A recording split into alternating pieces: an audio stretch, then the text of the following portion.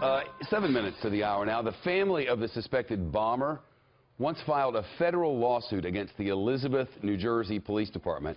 And in that lawsuit, he accused officers of discrimination and harassment. Candace Trunzo is here. She's a senior news editor at thedailymail.com, which did some reporting on that lawsuit, dug up some exclusives on it, and I just wondered if you could tell us the specifics of what the allegations were.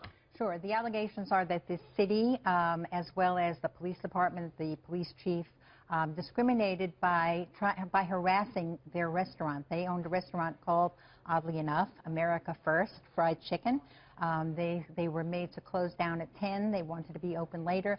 They felt that they were losing money, and they felt that the police were harassing them because they were Muslim. Now, it was my understanding that the complaints, the specific complaints about noise and public gathering and that sort of thing, came through that sort of community board system. Yes. The locals complained. Right, exactly. The local businesses, residents complained. They were very unhappy with the noise. They were rowdy, urinating in the streets. They were very unhappy, and they felt, the family felt that, you know, they were being harassed because they were Muslim. Other businesses in the area were able to stay open past 10, and they finally came to some agreement that they could stay open till 12 or 1, not all night the way they were. So they reached a compromise. They did.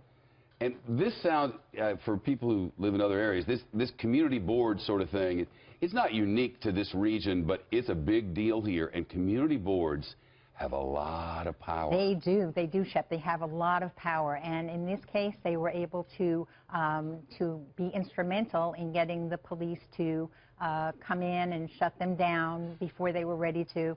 So there was a lot of pressure put on the police and the local government to keep a lid on this restaurant that was an anathema to a lot of the people around the community. Lawsuit kind of makes sense. You feel like we let somebody else decide, but community boards almost always win. They are like, if this were a union analogy, if you have a union as a group of organized workers, the union would go fight. Well, in your neighborhood, your community board goes to fight for you. And if I go to my community board and say, I can't sleep because so-and-so over there in 32D is, they'll fix 32D. Right. But so in the end, the family lost the lawsuit, and they had to comply. Cut their hours back. Right.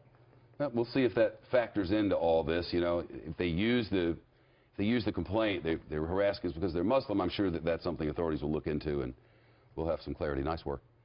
Thank you. Nice to see you. Thank you.